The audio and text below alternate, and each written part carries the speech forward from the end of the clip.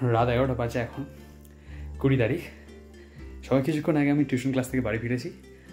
আর তো আমি টিউশন ক্লাসে গিয়েছিলাম, এক্সারসাইজ করছিলাম, তাই ঘেমে গেছি আমি। টিউশন ক্লাস থেকে ফিরে ঘুমানোর আগে স্নান করবো একবার, তো এক্সারসাইজ করছিলাম একটু। তো মম দেখলো যে আমার হাতে একটা রাখি পরানো রয়েছে, আমি যেখানে টিউশন পড়াতে গিয়েছিলাম স্টুডেন্ট আমাকে রাখি পরিয়েছে। তো মম দেখে বলছে যে তো মমের তো এখনও রাখি পরানো হয়নি। 11টার সময় সবাইকে, মানে যারা যারা অলরেডি শুয়ে পড়েছিল নিজেদের রুমে, সবাইকে রুম থেকে তুলে ওর রাখির ব্যাগটাকে খোঁজ করছে। এখন খুঁজতে গিয়েছে রাখি আনবে, রাখি এনে আমাকে রাখি পরাবে। যদিও গতকাল রাখি পূর্ণিমা চলে গেছে, আজকে ও দেখেছে ও ওর ছেলেকে রাখি পরায়নি, তাই আমাকে রাখি পরাচ্ছে। আজকে স্কুলেও আমাকে অনেকে রাখি পরিয়েছে। তো মম এখন রাখি আনতে গেছে।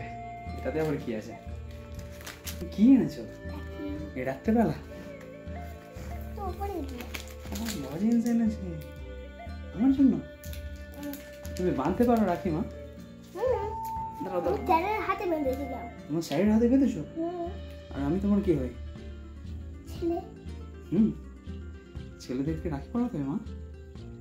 রাখি সবাইকে পড়াতে পারে, জানো? এই রাখি পূর্ণিমার প্রথম কে শুরু করেছিলেন? শ্রীকৃষ্ণ। শ্রীকৃষ্ণ কাকে রাখি পড়িয়েছিল? রবীন্দ্রনাথ ঠাকুর। রবীন্দ্রনাথ ঠাকুরকে তুমি চেনো তো? কদিন আগে রবীন্দ্র জয়ন্তী হলো, তারপরে রবীন্দ্রনাথের প্রয়াণ দিবস উপলক্ষে তোমাদের বিদ্যালয়ে অনুষ্ঠান হলো। আমার কিনেছে এখনো শেষ হয়নি রাখি। তোমা থ্যাংক ইউ সো মাচ। আমি যেভাবে সবসময় তোমাকে সাপোর্ট করি, তোমাকে রক্ষা করি, সেভাবে আমি আগামী দিনেও রক্ষা করব। এবং আজকে আমি আর তুমি দুজন মিলে প্রতিজ্ঞা করি, আমরা যেখানে যদি কোনো অন্যায় হয়, অত্যাচার হয়, অবিচার হয়, তার জন্য যথাযথভাবে নিজেদের তরফ থেকে যতটা পারবো পার্টিসিপেট করবো সেটাতে। তা বলে এই নয় যে সমস্ত কিছুকে উপেক্ষা করে সবার সাথে তাল মিলিয়ে। তুমি একজন ছাত্রী, তুমি যেভাবে তোমার তরফ থেকে যতটা করতে পারো তুমি ততটা করবে। এবার আমি একটি শিক্ষা কেন্দ্রের সাথে যুক্ত রয়েছি, সেখানেও সবার সাথে হয়ে একত্রিতভাবে আমরা যতটা করতে পারি ততটা করবো, সকলকে জাগ্রত করা এই বিষয়ে। তুমি কি জানো যে আরজি করের ব্যাপারটাতে কি হয়েছে? আরজি কর হসপিটালে একজন ডাক্তার ছিলেন, চিকিৎসক, তার সাথে হ্যাঁ খুবই অন্যায় হয়েছে। যারা এটা করেছে কি তারা ঠিক করেছে মাম? কোনো দিনও ঠিক করেনি।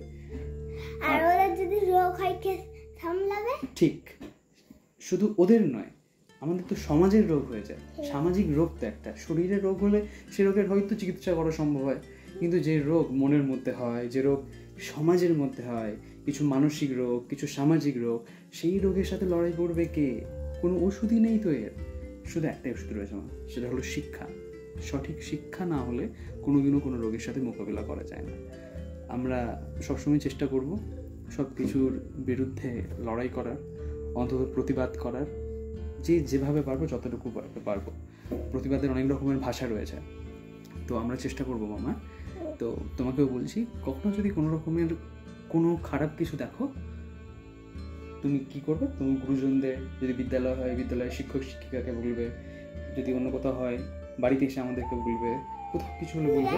এবং শুধু তোমার সাথে কিছু নয়, যদি তোমার বন্ধুদের সাথেও কোনোদিন কোনো কিছু খারাপ হয়, তার বিরুদ্ধেও কিন্তু তুমি প্রতিবাদ করবে। কারণ আজকে যদি বন্ধুদের সাথে হয়, অন্য কারোর সাথেও হয়, ঠিক, একদম ঠিক। আর না হলে তোমার সাথে যখন হবে কেউ তোমার নামে কথা বলবে। রিতম কি করেছে সেটা তুমি আমাকে বলবে, সবাইকে বলো না রিতম কি করেছিল। আপাতত সবাইকে বলো শুভরাত্রি, সবাই ভালো থাকবেন এবং সকলের পাশে থাকবেন। রিতম তীর্থ মাথা ঝুঁকে দিয়েছে। টাটা করে দাও সবাইকে।